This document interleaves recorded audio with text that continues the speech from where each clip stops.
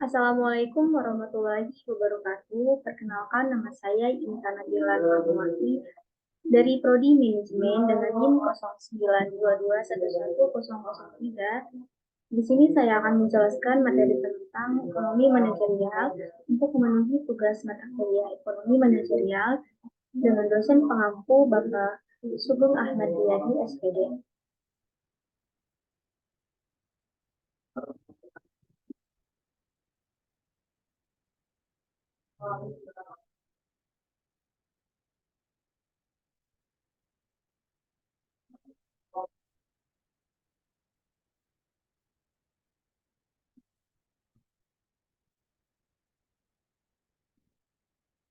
Definisi ekonomi manajerial. Ekonomi manajerial adalah salah satu cabang dari ilmu ekonomi yang mempelajari tentang konsep,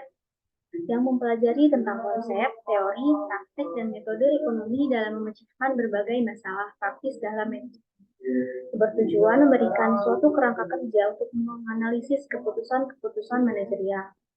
Nah, tujuan utama seorang manajer itu kan membuat keputusan yang mampu meningkatkan performansi dari organisasi. Dengan demikian, tugas manajer dalam organisasi bisnis adalah membuat keputusan yang berkaitan dengan masalah-masalah bisnis sedemikian rupa, sehingga keputusan itu diharapkan akan membuat organisasi bisnis mencapai tujuannya, sehingga tujuan itu seperti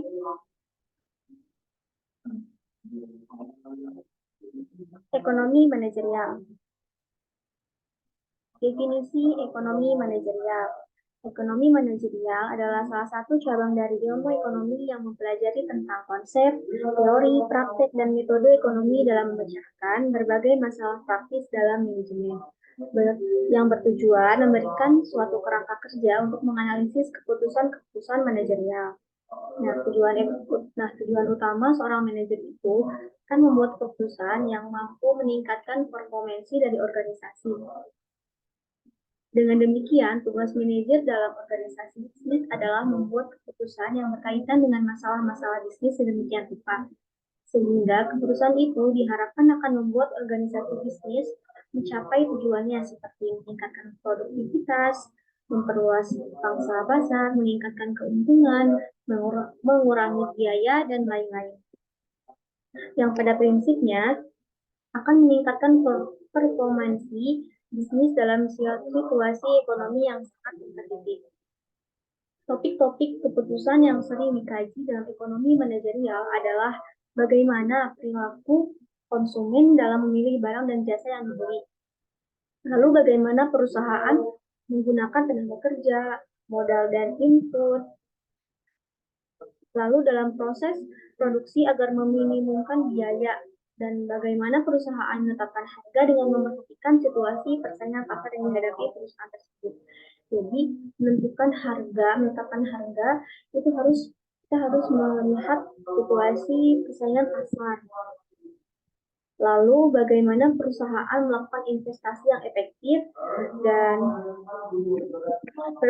berbagai keputusan ekonomi manajerial lainnya. Dan setiap keputusan yang dibuat oleh para manajer harus mampu menyelesaikan masalah bisnis yang ada. Hal ini membutuhkan pengetahuan tentang analisis masalah secara tepat agar penyebab timbulnya masalah tersebut dapat dihilangkan. Lalu ada hubungan antara masalah bisnis dan pembuatan keputusan bisnis. Yang pertama itu kita harus tahu apa sih masalah bisnisnya. Yang kedua, informasi, dan yang ketiga, keputusan bisnis efektif. Menghadapi era globalisasi di mana persaingan bisnis di pasar global menjadi amat sangat kompetitif, para manajer yang berada dalam manajemen bisnis harus memiliki pengetahuan dan keterampilan manajerial yang cukup agar mampu mengkaji permasalahan yang timbul secara rasional. Dengan demikian, manajer yang berada dalam manajemen bisnis harus berpikir melalui masalah bisnis dan membicarakannya berdasarkan fakta atau data. Terlihat dari gambar ini bahwa keputusan bisnis yang efektif harus dimulai dari identifikasi secara tepat apa yang menjadi masalah tersebut. Masalah bisnis dapat didefinisikan sebagai deviasi atau penyimpangan yang terjadi antara performansi bisnis aktual dan sasaran bisnis yang direncanakan atau diharapkan. Apabila masalah bisnis telah dapat diidentifikasi seperti penjualan menurun, biaya produksi, produktivitas tenaga kerja dan modal menurun, dan keterampilan manajerial rendah, maka berbagai informasi penting berkaitan dengan masalah itu perlu dikumpulkan. Penting berkaitan informasi harus dikumpulkan berdasarkan analisis kualitatif yang didasarkan pada intuisi dari para manajer atau pengalaman bisnis yang telah dimiliki selama ini, dan analisis kuantitatif yang didasarkan pada fakta atau data aktual. Apabila informasi yang tepat tentang penyebab masalah bisnis yang timbul itu telah diperoleh, maka keputusan bisnis yang efektif dapat dilakukan oleh para manajer. Lalu ada ruang lingkup ekonomi manajerial. Menurut Joseph, Bayi dan kawan-kawan, dan Bush dan kawan-kawan, ruang lingkup ekonomi manajerial terbagi dua, yaitu satu, mikroekonomi. Mikroekonomi adalah manajerial yang berhubungan dengan operasional perusahaan, dan dengan bidang mikroekonomi, topik pembahasannya mencakup satu, teori permintaan, kedua, teori produksi dan keputusan produksi, yang ketiga, teori harga dan permintaan pasar, yang keempat, teori pasar dan analisa manajemen, yang kelima, teori modal dan keputusan investasi. Lalu yang kedua ada makroekonomi. Makroekonomi adalah ruang lingkup manajerial yang berhubungan dengan lingkungan tempat perusahaan beroperasi, baik itu lingkungan industri dan lingkungan luar industri. Dan topik pembahasan yang mencakupnya yaitu satu, lingkungan ekonomi, kedua, lingkungan sosial, dan yang ketiga, lingkungan politik. Lalu ada tujuan ekonomi manajerial. Ada tujuan umum dan tujuan khusus. Untuk tujuan umum yaitu laba, dan yang kedua adalah tujuan khusus ada efektivitas dan efisiensi produksi, lalu ada pengaturan strategi, penyeimbangan supply dan demand, dan yang selanjutnya ada peningkatan penjualan. Lalu kita akan membahas laba. Laba menurut OJK adalah kelebihan pendapatan dibandingkan dengan jumlah biaya yang dikeluarkan untuk memperoleh pendapatan tersebut atau profit. Dengan kata lain, laba merupakan penghasilan bersih atau imbalan dari aktivitas perusahaan. Rumus laba adalah pendapatan dikurangi biaya. Lalu ada faktor-faktor yang mempengaruhi laba. Satu, harga jual produk atau jasa. Jadi semakin tinggi harga yang ditawarkan, maka semakin tinggi pula laba yang diperoleh. Yang kedua, volume penjualan. Semakin tinggi volume penjualan, maka semakin tinggi pula laba yang diperoleh. Yang ketiga, kompetitor. Kompetitor yaitu jika persaingan yang ketat dapat menurunkan harga produk atau jasa, itu dapat menurunkan laba. Yang keempat ada tingkat inflasi. Apabila tingkat inflasi yang tinggi dapat meningkatkan biaya-biaya perusahaan dan menurunkan laba. Yang kelima, kondisi ekonomi. Misalnya saat ekonomi sedang buruk, maka permintaan akan produk atau jasa dapat menurun dan menurunkan laba. Jenis-jenis laba.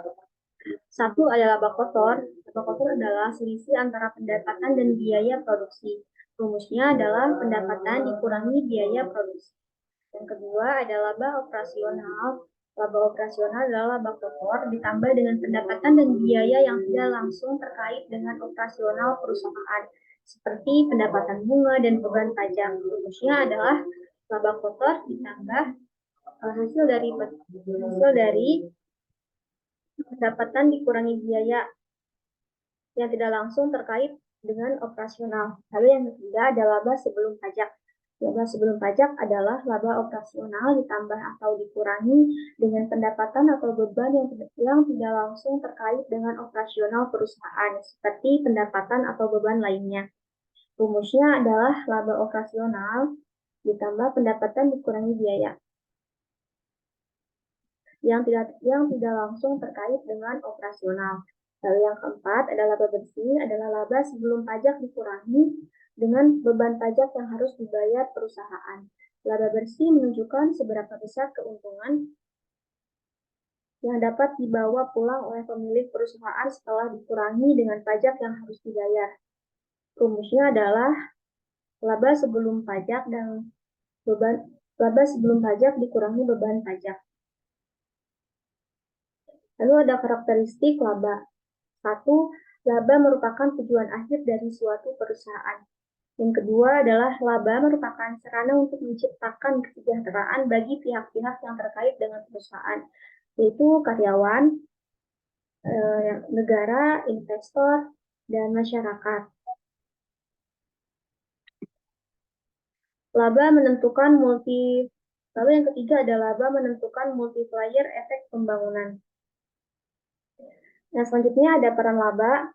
Laba sebagai sumber pembiayaan seperti peningkatan kualitas SDM, perluasan produk, perluasan pasar, dan pembiayaan lainnya. Laba sebagai ukuran pembayaran pajak, dan laba sebagai ukuran untuk membagi hasil usaha atau dividen.